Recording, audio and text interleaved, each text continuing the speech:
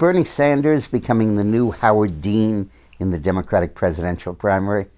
Whenever a new situation unfolds politically, one finds oneself looking back through history to see if there are other situations that have developed and perhaps find clues to what's likely to happen.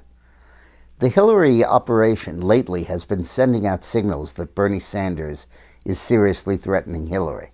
There are a lot of articles appearing that Hillary is now taking Bernie seriously, that his advisors are worried about it. There was one particular funny line from one of Hillary's advisors who said, "Objects in the rearview mirror are closer than they may appear." And in this case, Sanders is probably correct about Bernie. He's only 8 points behind in New Hampshire, and he's only 19 points behind in Iowa, and Hillary is only at 52 in Iowa, well, almost below the 50% mark. So Bernie is clearly a threat. But why is Hillary announcing that he's a threat? Why are his campaign people trying to push that story? I think it's because they realize that the only way that they can deal with Sanders is to sort of fast forward his candidacy and come out and say, okay, now Bernie Sanders can win. Bernie Sanders could be the Democratic nominee. We concede that. But then look at the fiasco that you'd have. A Democratic candidate for president running against a Republican who's advocating a 90% top tax bracket, a single government payer for all medical care, complete socialized medicine, and a whole series of no trade agreements with anybody, and a whole series of remedies that are very drastic. And what Hillary is hoping will happen is that people will say, hey, Sanders can't win. If he got the nomination, he'd lead the party into a total disaster. He would be the Democratic equivalent of what Barry Goldwater was in 1964. Now, that same situation emerged in 2004 with Howard Dean, who at the time was governor of Vermont. Dean signed a bill for gay marriage, or gay civil union, I forget.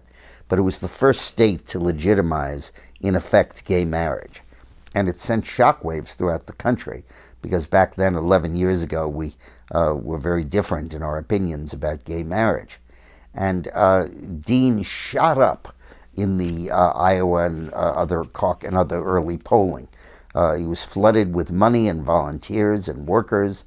His website exploded, and his candidacy really developed a momentum, and it looked like he would defeat both John Kerry and John Edwards, the two Democratic frontrunners in the Iowa caucuses. Then the Kennedys and the Clintons went to work trying to undermine Dean, saying if this guy wins, it'll be a disaster, we'll lose every state, we can't possibly let him win.